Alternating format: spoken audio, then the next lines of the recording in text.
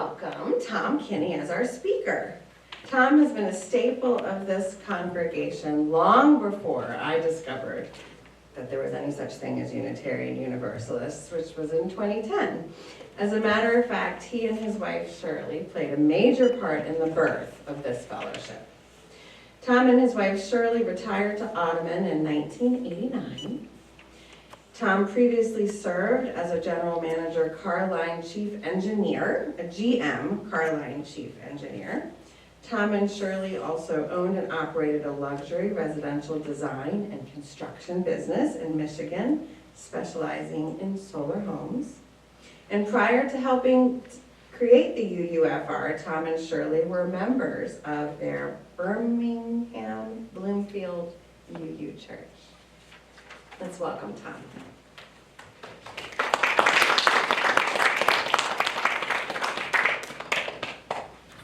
Our species, Homo sapiens, are tribal creatures. No surprise, since we, like our chimpanzee cousins, tend to gather and compete for space, food, and other things to improve our lives, dragging behind us what has proved successful or preferable for some reason or other. Thus, the them and us perspective that remains prevalent. UUFR is not immune. In our early days, we had a Sunday speaker who was a professor at Christopher Newport University in comparative religion. Lots of good information. But at times, he would read the Baptist church signs on the way here and then mock them in his introductory words of them and us. We had to put a stop to that. As the Tea Party movement declaring nonpartisanship waxed and waned and was shunned by progressive candidates, we accommodated the mirror image, declaring nonpartisanship, and were shunned by conservative candidates. Another them and us for a church that wants to be welcoming to all.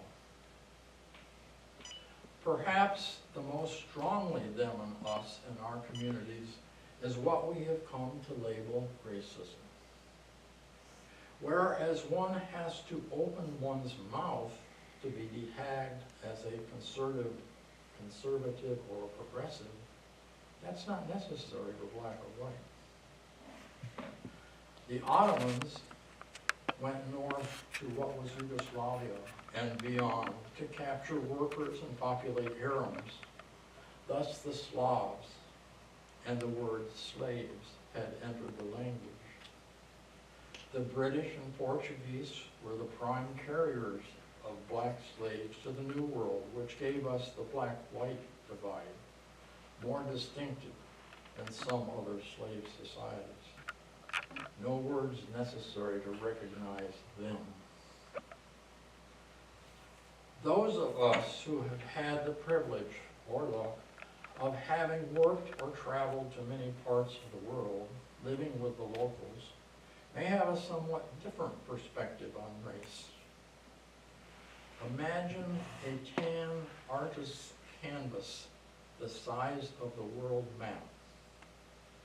Dip a paintbrush in white and run it from Norway to Japan. It will shortly run out of paint before you get very far across that map. Now take a black paintbrush from Northwest Africa and spread it onto Alaska. Same result, maybe still dark, but running out of paint as you travel to South Asia. You can do the same with other tints. Shortly, one realized that there is only one race, the human race, that comes in multiple tints. But there is more to the problem than color. After years of interaction with my team in Japan, we could comfortably talk about such topics. At one social event, they got to talking about appearance differences, teasing one of their members from Kyushu, the southern island in that primary chain. He had kind of bushier eyebrows and other characteristics ever so slightly different. Japan has a population of Koreans that goes back 5 to 10 generations, still excluded from citizenship. That gave me an opportunity, an opening, to ask about Koreans and how they identified them. They, being car engineers trying to explain through the language challenge, said Koreans look like Japanese that have been through a crash-worthy test. Bam! What they meant was Koreans apparently have flatter faces, a characteristic which I later was able to recognize. An education in more racism. At UUFR's Food and Philosophy late last year, we went on a flight of Phantasy. Fantasy flights can lead to interesting results. Think Plato's cave that taught us that we each have our own reality. Jules Verne's 20,000 Leagues Under the Sea that led to the Navy's Nautilus sub, and Verne's From the Earth to the Moon became NASA's Apollo. Or even GM's late 1960s on electric and hybrid cars and advanced vehicle development, of which I was a part, led 25 years later to GM's hoping to build 3,000 EV1s in its initial year of California's representative families to evaluate. Although they could find only 1,000 families throughout the South that would give them a try. Only celebrities, politicians, and activists seemed to have an interest. So the program was scrapped. We had got a little ahead of reality. In that future fantasy spirit, we UU Food and Philosophy adventurers imagined that we decided to look for another Virginia rural village like ours where racism was absent. Black-white racism possibly being the most strongly and widely felt them and us in our communities. Kelly thought what followed should be shared. Credit for participation, face-to-face or electronically, goes to Eddie, Penny, Diana, Shirley, Kelly, Carolyn, Selene, and Charles. Some had read A Stronger Kinship by Cox in the UUFR library about an intentionally non-racist community in the midst of the Jim Crow period. Also, some had read the anti-racism theme of a UUFR study and planning effort from 2001. Just as an aside, I recently ran into an article that said Covert Township, which is Michigan, is going to rehab and start up its Palisades nuclear power plant to add to the electrical grid. And that's going to be the first reactivation. That's going to happen next year. So off we went into these imaginary villages to try to judge whether or not they had escaped from the clutches of racism. Here's what we checked and attempted to measure. Area history. Were there any 20th century lynchings, federal discrimination rulings, or such events in current family memories? Our last lynching here was in 1917. Suit regarding seating on a bus was in the late 1940s. Atmosphere. Look for diversity on the streets, generally smiles and greetings to one another, non-selectively across all diversity lines. No hesitation. Special events, possibly even celebrating diversity, where people laugh, sing together, parade, and just express joy in their diversity. One of our participants had noted such a joyful event during a New England visit to Providence, I think it was, in the gay parade. Housing. Neighborhoods integrated with little sign of clustering based upon diversity issues. Schools. Do public schools match diversity profile? Are there segregation academies? That's in quote. Still present for racist families to keep their kids separate. At forced integration, Virginia directly funded newly formed or reinvigorated private schools for years until the courts caught up to them and intervened. Then Virginia switched to providing school funds directly to qualified parents to continue using public funds for segregated academies, thus using tax dollars to perpetuate racism. Government. Does the diversity of elected, appointed, and hired members of local government mirror the area diversity? Are voting precincts geographically logical, or do they need to be gerrymandered by the courts into unusual shapes to obtain that diversity? Churches, social service clubs. Does the mix of members in each approximate the area diversity? Religious groups, Rotarians, Kiwanis, Elks, Moose, Oddfellows, Masons, Boys and Girls Club, Scouting, YM or YWCAs. Are there specific clubs that are led exclusively by black men?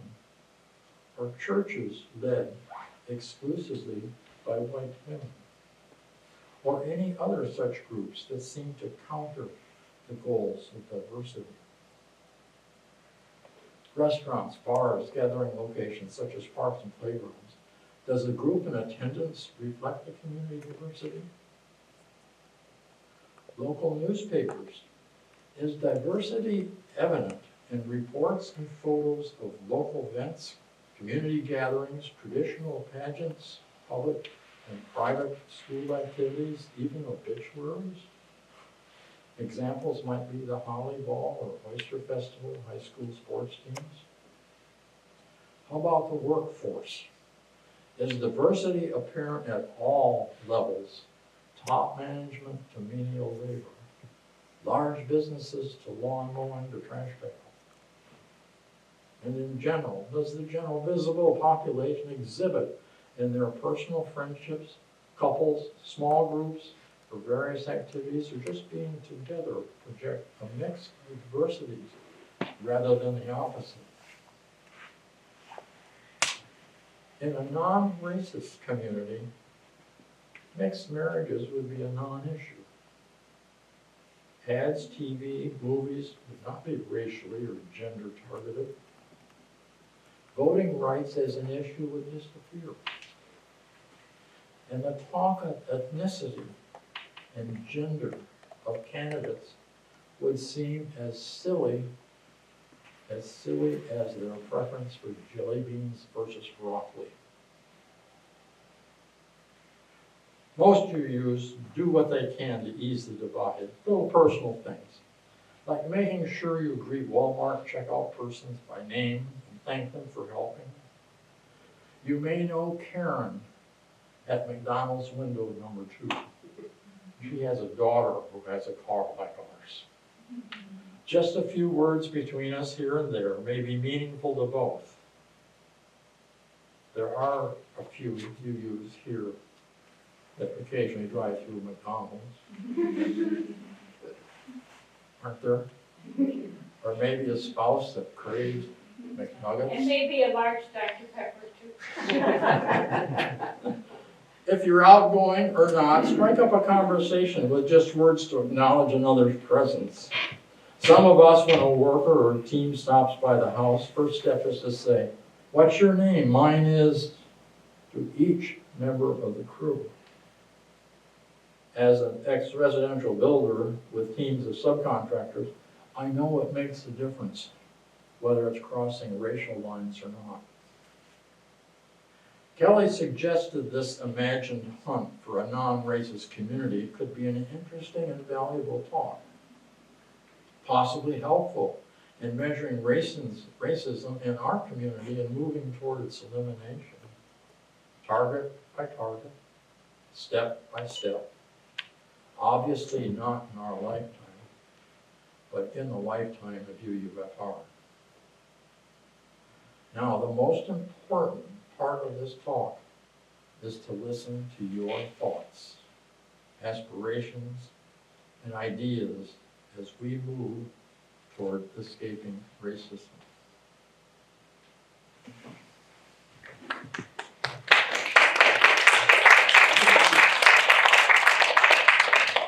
So ideas and thoughts that each of you have. Well, Tom, I thought that was very interesting. And it reminds me of a couple of things.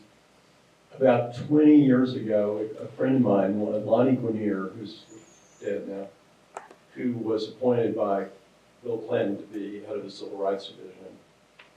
And unfortunately, he withdrew her name,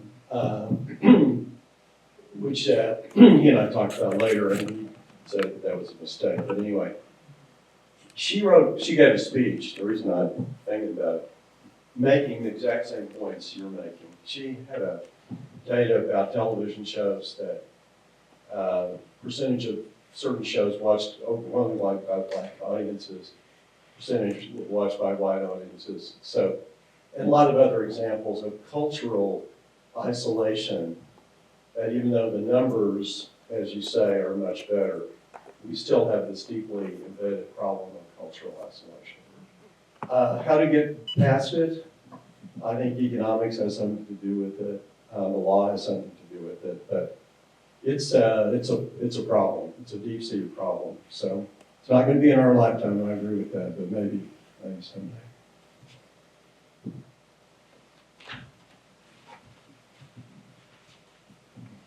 So, I have a relative that I know, 23andMe, his first name is Ebony, and she is my third cousin and is related to my family from Middlesex, which we figured out by common ancestor. She's related to my grandfather's family, the McCandlish family, who were in Saluda, and also in Williamsburg before that. We have no idea how we're related. What's kind of nice for me is that she wants to find out, and I want to find out. So those are kind of small steps. We have some interracial marriages in our family, which is also a nice thing.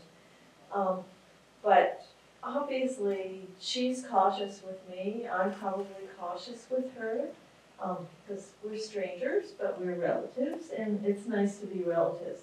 So, you said, what kinds of things can we do? And that's really hard, because I really agree with what Eddie said about the media isolation. I think one thing that was really tough was the end of broadcast TV in rural areas. That caused way more isolation with more division in cultural ability, media exposure. Sorry for being imprecise, but thank you for raising the issue. I agree. We're making progress.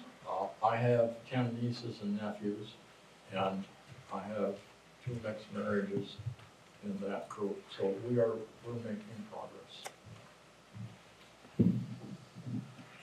Tom, thank you for a good talk. I just wanted to say that although we probably can't get away from the word racism, it's everywhere, I think that we need to recognize that there are no subspecies of Homo sapiens. We, as you said, we are all the same.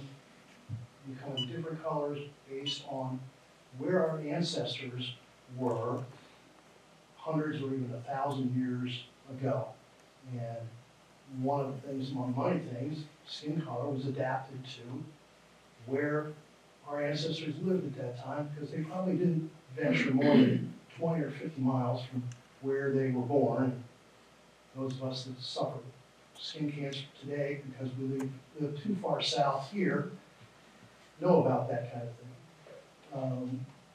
So we should get away from using the term racism, I think, and just recognize that there are ethnic differences that are based on real things that our bodies have adapted to. Back in February, we spent about 2 weeks in Kauai, and I thought it was great because there were black people, white people, brown people, Oceanic people, Asian people. It was the most mixed society I have seen in the United States. And the fact of the matter is that because of the way people are getting less and less concerned with racism, that eventually, here in the United States, we will all look like Brazil, and I think that'll be a good thing. Agreed. We are making progress. One of the problems that we have is somewhat unique. Whereas the Slavs don't look all that much different from the Ottomans. And again, like the Japanese, if you tune into the differences, yeah, you can recognize them. We're in a different situation, and that we have had extremes and colors mixed here that was not part of our responsibility. So that strengthens this problem. We grew up in a good-sized town in Michigan, and there was a Germania club and a few other clubs that were European backgrounds, because people have a tendency to cluster with levels of comfort. But as time went on, those kinds of differences that were primarily language and a little bit of culture fade. And that's not happened well with us Americans, between the black and white. And that's unfortunate. I want to tag on both of what both of you have said, with a lot of different little ideas here to kind of touch each other. When I was in community college in my early 20s, starting my college career, I had a sociology class, and the teacher That asked, was only 10 years ago or so. oh, right, yeah, right. She asked us to write an essay about what we thought needed to happen to end racism. And I said, people need to interbreed, people need to intermarry and have children. Because what I had noticed is that you have a really racist person and they end up with a grandchild that's mixed race, and suddenly those feelings start to pass so that they can enjoy their grandchild. And she didn't like that answer. I got a really bad grade for that. But my understanding is that our genes, when you start concentrating, you look at British royalty in the past and how it caused mental illness because they interbred so much. And certain diseases, if you keep interbreeding the same people, diversity in your genetic makeup makes you a much stronger person, whether it's people or dogs or whatever. I think back about my father, and his lineage is part Lumbee Indian from Lumberton, North Carolina, and it's well known that the Lumbee Indians are not accepted by the other tribes because they are a conglomeration of all the different tribes that were in the area. Plus, they interbreeded with slaves, African slaves, and so they've got black blood, and they're not considered by Native Americans to be a tribe,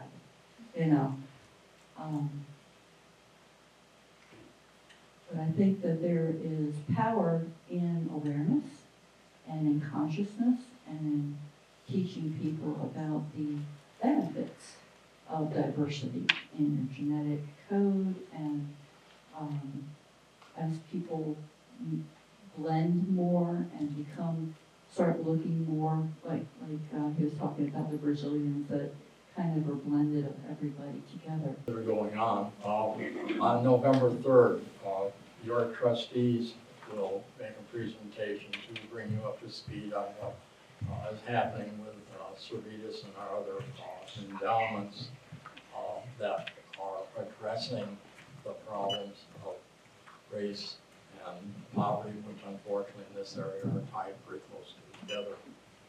Which brings up another interesting thing. We have a few black leaders, strong leaders. Julia Patterson, who built the Compass, is one. Bill Lee, who's on the board, is another. But we don't have enough of that to counter some of the attitudes that are amongst us on the white side. Some of you have read Against the Tide about the very successful black steamboat operator here around the 1900s. She is the daughter of a guy that I had some interface with, who was director of General Motors, which is a pretty high level position.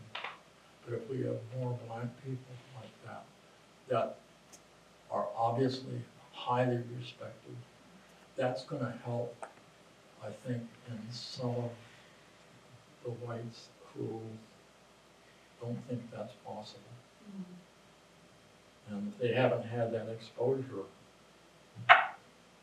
that's the personal exposure, as you said, with a grandchild, makes the biggest difference.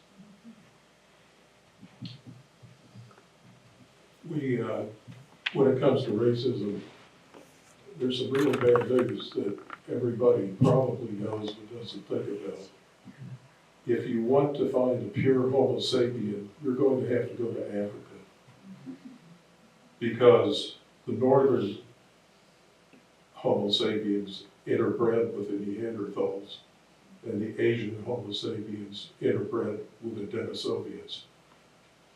So if we want to talk about racism, we're on the wrong end of the stick, which is something I think we don't recognize. For those of you who have a fascination with the evolution of people, humans, the span, the variation in DNA, which we now know very clearly, is the broadest throughout the northern parts of Africa. There is more variation through those areas that were just mentioned than there is anywhere else in the world. There's a lot, of course, going on with this discussion, but I think it's pertinent to know what you were talking about at the beginning about how we evolved. And we evolved in, being in small groups and having that group identity. And that's not going to go away. There have been studies with babies, toddlers, playing with dolls. They prefer the dolls that look like them.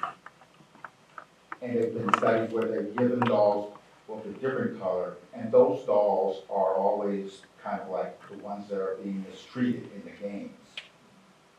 There's something, I believe, in our nature that prefers people from birth that look like us, that we identify with. So it starts at a young age of us versus them, and it might not always have to be a contrary type of relationship. And so they asked these psychologists, what can we do? And I think they said at a young age, we need to give our children empathy. And I think if we all looked at ourselves, because you also said, look at our own thoughts. We all do that, I believe. I was born in 53. So in 58, 4% of whites believe that intermarriage was right, correct. I was brought up in that environment. There's no way I escaped. Even though my parents did what they could, they were infected. To me, it's like a childhood disease, a virus that stays in our body. It might be dormant. We might do everything we can to suppress it, but in certain situations, it will come out. And so our hope, we have to do all the macro stuff, you know, the leaders, the diversity, and all that to break down the attitudes of the adults, so the adults can give their children a more open view of us versus them. And maybe we can, in some ways, broaden that, because it's America first. We have it in nationalism. It's us versus them. And it goes all the way down to, you know, one county and another county, you know, McCoys, Hatfields and McCoys, or Arkansas and Oklahoma. There's all this identification, sports teams. I mean, there's riots over soccer and football. It's part of our nature, so it's gonna have to start young. And we're never gonna be rid of it, but we can improve. I agree completely. That's why we are driving down this 3 pre-K program, which we now have in 2 of the 4 counties. And what we're gonna be talking about in November is an activity to improve the daycare situation. So we get the kids mixing together, not primarily just for racism, but for all other needs also. Get them mixing together very soon. And they developing information on how children develop is amazing. A child from its birth to 9 months old listens to its native language. And if there are sounds that do not exist in that native language, the neurons that work through that whole area are used for something else. And when I discovered that in my weekly Science News magazine, a light bulb went on. That's why my Japanese friends can't tell the difference between L's and R's. Because in their language, there is a sound that is close to between the two. And that is why when I worked at Opel in Germany, my language teacher would grab my mouth and twist it around trying to get me to say the umlaut O sound in German. She was never successful. So I can't say the word furniture in German because it's spelled M umlaut O B E L. I can't make that noise. So there's 3 people that are in line after me, but I just wanted to speak to what Mike had said about just this innate thing within us.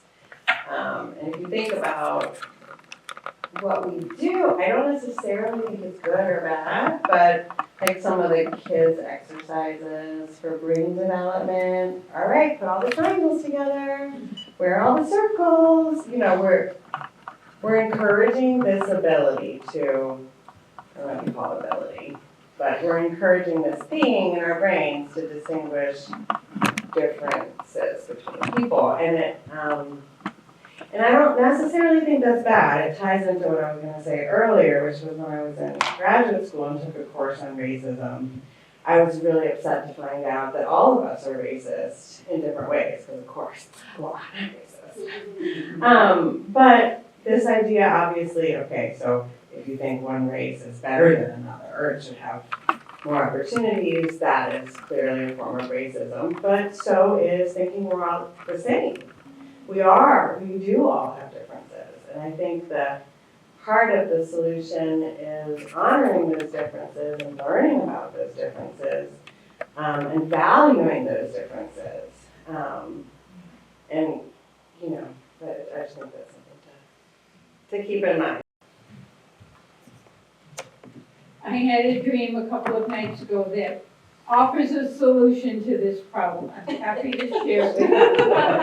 As a country, we all agreed to go to visit our doctors and get an injection, which instantly changed our skin purple. And we all dyed our hair bright blue, so everyone in the country was now looking like an alien, and suddenly racism went away. I think we should start it.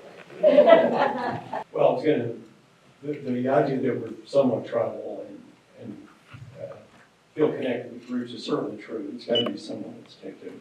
The question is what groups, how do we do that grouping?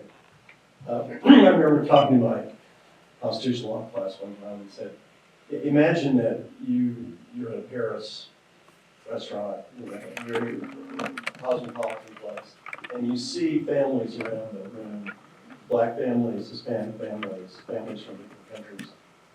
Who do you identify with? Do you identify with people who are from the United States, or do you identify with people who are the same race?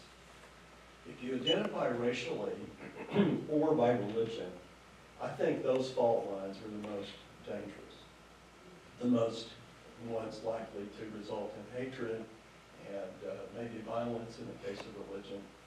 So I do not think, I hope, Mike, you're not right, that we're instinctively born to group ourselves racially. I think that would be a big problem. And to the extent that's true, I think parents have to work real hard to override it. But someday, if the way we identify each other is, I'm from Oklahoma, and, I'm from Texas, or I'm from the U.S., that has its own maybe negative qualities, but it's not nearly as troubling as these race religion fault lines. I think that's what we have to work to. Well, I just wanted to add an analogy, and that is with sexism, and with the recognition of sexism, and depending on whether you're in the dominant group or not in the dominant group, the way you express it is quite different. And at the beginning, politically, in the speaking out, it's oversimplified, and then it becomes more physically complex when it's discussed. But, looking at the progress with sexism, meaning women didn't have the vote until after my mother was born, and my great aunts didn't have the vote, and then they acquired it after protesting. And I was a minority in medical school, but now there are as many women as men in medical school, so things have really changed a lot. However, there are lots of differences between men and women, and this is a worldwide issue, and in some places women are horribly discriminated against, and in some places people of certain races are beaten up and killed more likely by police, including in this country. So, these are really powerful issues when you think of the extremes and then of the way that strides are made. Anyway, thanks. These are powerful issues, and those of you who have been here for a while have heard me say many times, and this applies to what we decide to do as we go forward. I quoted Yogi Berra here before. Know where you're headed, or you're going to end up somewhere else. That's why we have visions, and we know where we're